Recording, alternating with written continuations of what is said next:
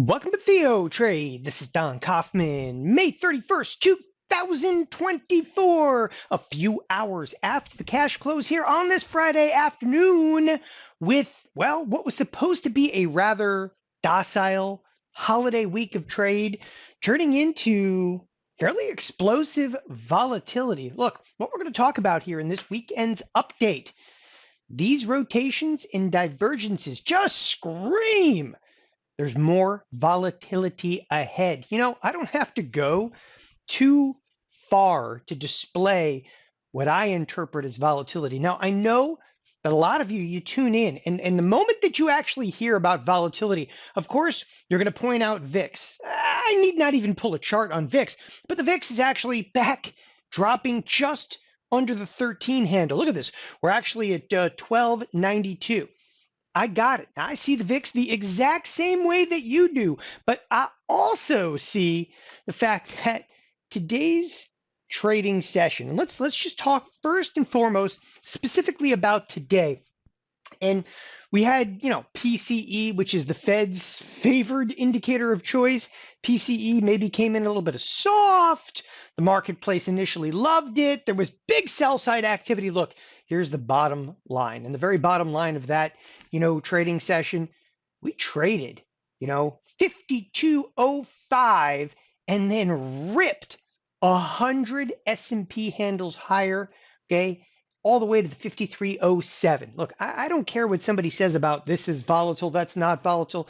That's a 100 handle move inside of the S&Ps in just wait for it, the entire week. And again, this was a shortened holiday week of trade, but the entire week was anticipating under a $50 move. And it's something that I just continually point out. Let's actually jump over to the SPX over here. I just keep pointing this out where, look, say what you will again about volatility, but this entire week was looking for this $50 move higher, $50 move, lower. You got that and then some. I mean, look, in the end, the S&Ps on the week just kind of finished marginally lower. I mean, for the most part, again, we're about halfway home to the expected move. Let's just say, look, the S&Ps finished about 25 points lower. I mean, to me, that is massively unchanged. But there's much more going on right now than kind of meets the eye. And it has a lot to do, at least from my point of view, with sector divergences. There's just some really wild capital rotations even within a given sector. I mean, you can look at, I'll start with talking about maybe technology a little bit. And of course, everybody, let's talk about NVIDIA. So NVIDIA has an explosive week, and NVIDIA, and again, I love to be able to look at the week by exclusively looking at expected move, because what expected move does, it just exemplifies what a week happens to be. Like last week, we shatter the upside of an expected move. And remember, the expected move is how the option marketplace handicaps forward risk, right? So last week, we explode almost 2 times expected. And what that basically means, okay, if the move was supposed to be, a $50 move, we didn't move $50. No, we moved, $100, $120. And then this week, again, we hit the upper edge of an expected move. So NVIDIA continues to kind of have its groove in the marketplace. Meanwhile, as I said, even within, given sectors like, tech, look at Microsoft this week. Quite divergent, if you will, to the downside. Again, I wanted to show you what I would call it's like a tale of two totally different markets, and Microsoft, and again, I really want to spend a moment on this. I mean, Microsoft in early trade on this Friday, I mean, this thing was getting shattered. It was only the last 30 minutes of trade that the marketplace bid back up. Let's call it an end of the month, save me type rally. And of course, you can see that inside of the S&Ps as well. But the one aspect that really got me throughout the course of the week, and I was talking about this all throughout the week while live on TheoTrade, I kept, look, we're entering into what are going to be some wild moves, some fairly volatile trade. And I've been saying this now for the past like 18 months. You have to kind of redefine, right, the terminology of volatility. I think that everybody would agree that, volatility, well, it's looking at the VIX. Push it aside for a moment. VIX is too far out. That's a 30-day look at volatility. I mean, that's what the VIX really is. It's SPX, it's basically a time-weighted average 30 days out. Anyway, push it aside. Like you would have to agree that, again, volatility, when you trade 100 handles inside of the S&Ps in a matter of a few hours, okay, on a week that was only supposed to move like $50 the entire week, you got yourself some volatility. The way that I look at volatility and the way that I define volatility, okay, is, and again, we can look at individual products like I did a moment ago. You can look at stuff like Microsoft and see it shattered its expected move. But for me, okay, I have much more tendency, okay, not to necessarily just look at like a Microsoft here, right, which shattered its expected move. I am much more a proponent of SPX because I think it gives you a better feel for the whole marketplace where you say, all right, so it was supposed to move $50, but it didn't move $50. It moved, over 100 points. And that's, what we term like a probability of touching it here. Look, that kind of action can happen. In the end, though, we still ended up where? Inside the expected move in the week. Let's not discount the fact that we're still inside the expected move in the entire week. Now, pushing aside the SPX, push aside Microsoft for just a moment, okay? Where was like this wild rotation? Where was this, wild divergences that scream volatility ahead? That's, again, what I was talking about all throughout the course of the week. And to me, okay, this right here, okay, is exemplary of it. And it's, again, this is not something that I typically pull up, right? What you're actually looking at here is a comparison chart. And I'll kind of label this for just a moment. Again, up top over here happens to be none other than the QQQ, right? It's the NASDAQ, and down below, okay, happens to be the Dow, which is represented in this case by what we term DJX. I just wanted a kind of a cool way to show Dow versus the NASDAQ. Look, in no uncertain terms, like I'm not a big advocate of Dow. I've never been a big advocate of Dow, okay? But the Dow was getting just absolutely annihilated, okay, the last 2 weeks of trade. Meanwhile, the NASDAQ ripping to the upside, but it's one of the most significant divergences that we've seen. So I have this kind of zoomed in, and you can see, Dow tanking, obviously the NASDAQ holding it together, okay? But if you zoom further out, okay, they trade, okay, in relative harmony, in tandem, if you will. And we can run, look, I'm just giving you a quick visual on this, right?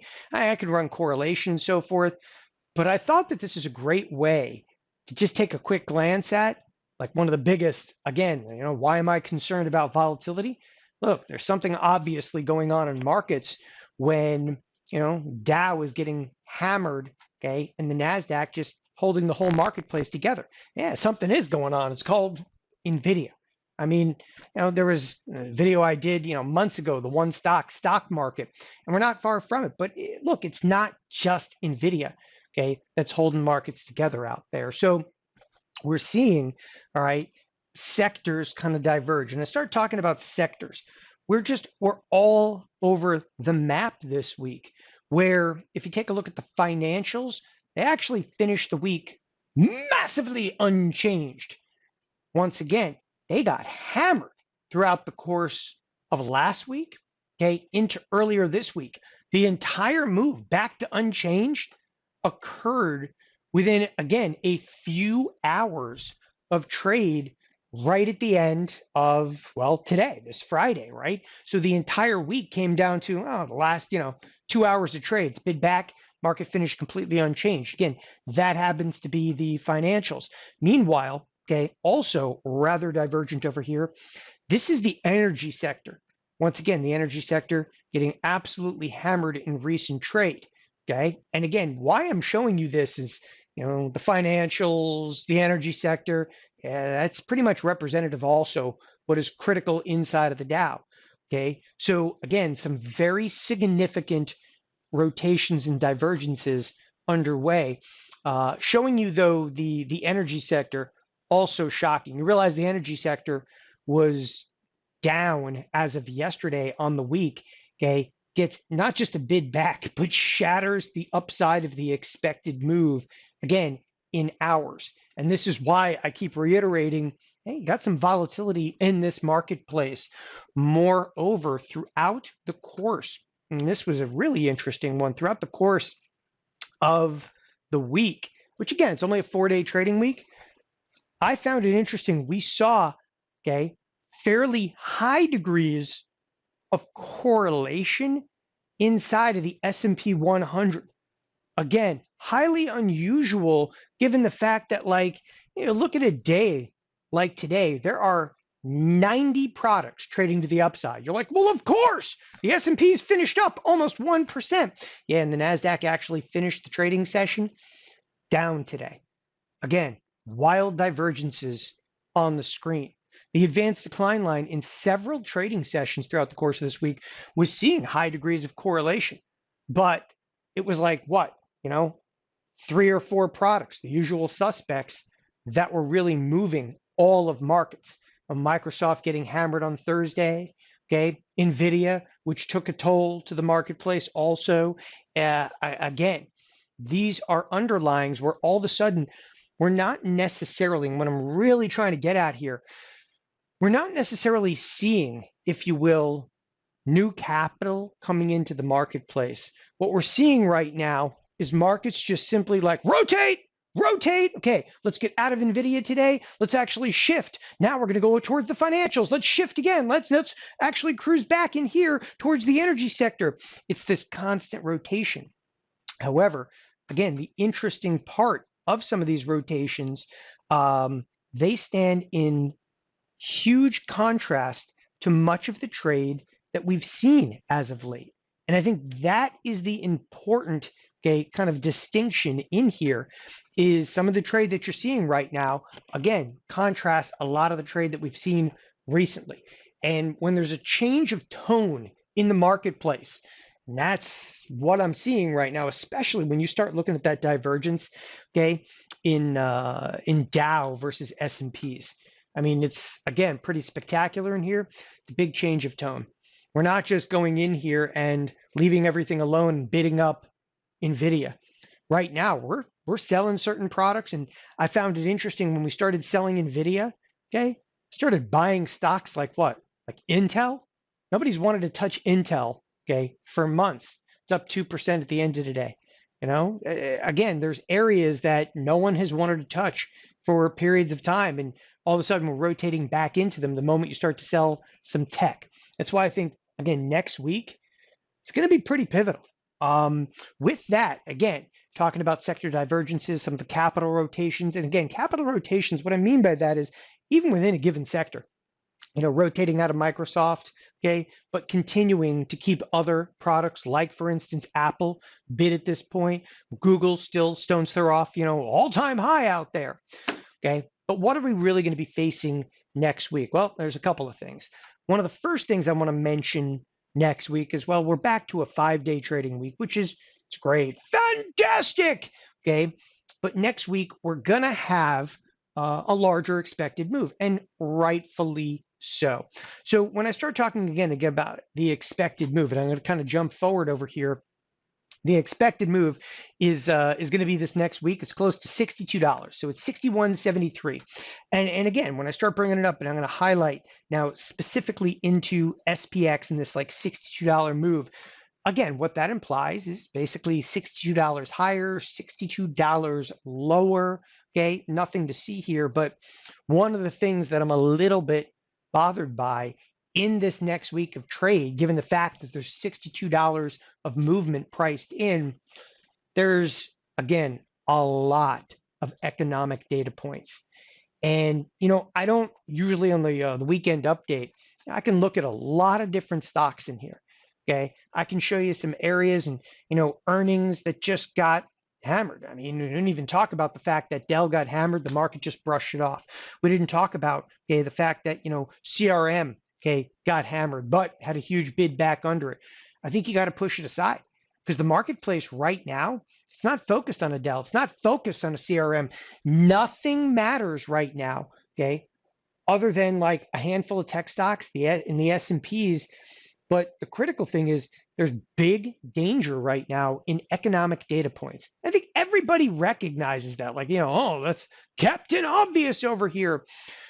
But the reason that I'm mentioning it, the reason I'm bringing up the calendar over here, there's a lot of economic data points coming out this next week, and we only have a $62 expected move. So once again, I'm reiterating, like, look, I wouldn't sell any short dated options, especially following the fact that what did you just see? You just saw a 100-point move, okay, in a matter of a couple of hours. Well, see, you know what? Honestly, it's even more than 100 points. There was sell side activity. There was a huge bid back to the marketplace. Again, but this 100-point range from high to low, and yet all of next week is still pricing a $61 move. And that's, again, more of a question and open for commentary on there, because where do you want to start? Okay. On, Monday, we start off pretty slowly, not a whole lot. There's still construction spending and ISM manufacturing. That's enough to get markets rocking. You come into Tuesday, you got factory orders, jolts. That's to take this job and shove it over here. Okay. And then things get, a little crazier as the week actually goes on. And it just continues, okay, throughout. ECB announcement, okay, the possibility of cuts in here, and ending the week, and again, I could cover every single economic data point over here, but you're going to end the week with an employment situation. We got a situation on our hands. There are so many economic data points that you just have to be aware of at this point, because they are just lighting the market up with volatility at this point. Moreover, one of the things that we saw throughout the course of this week is bond markets getting all kinds of crazy. I mean, look, I'm not even going to get into bonds, like the technicals of it. If you ask me to like handicap what the bonds are going to look like throughout the course of this week, I've got no idea. Neither does anybody else. The bond auctions this week, okay, were atrocious. They were hideous. And that too sparked some volatility. Look, you just have this great kind of powder keg of risk where capital is just kind of rotating. Okay. There's big divergences. Everybody's looking for a home for money right now, and it's very uneasy. And any one of these data points that kind of comes out could spark a very serious move in markets. And again, don't take that per se being bearish. My forward look in this marketplace is right in front of us is very, very two-sided. I think that the data, okay, ultimately has to, okay, progress in a negative direction. Eventually, that's what it's going to take for the Fed to turn around and be happy and cut, okay? And then initially, negative data points, meaning like, and when I'm talking about negative data points, I'm not talking about like PCE. PCE comes in soft, that's good. That's inflation dying out. When you start to look at stuff like retail sales, though, like retail sales numbers, for instance, would be terrible, okay? If those numbers are terrible, initially the marketplace is going to look at those, and that's spectacular. In the longer duration, though, okay, again, I am a firm believer that asset prices have to come down, okay, for us to see disinflation. Something I've been mentioning week in and week out here on these TheoTrade updates, but look for considerably more of these rotations. And this makes for some wonderful intraday trade. There's going to be a lot of opportunities that are going to be coming in this next week of trade, specifically because it's just, look, they start buying financials early in the day, hop on board. We're going to be riding that pony throughout the course of the week.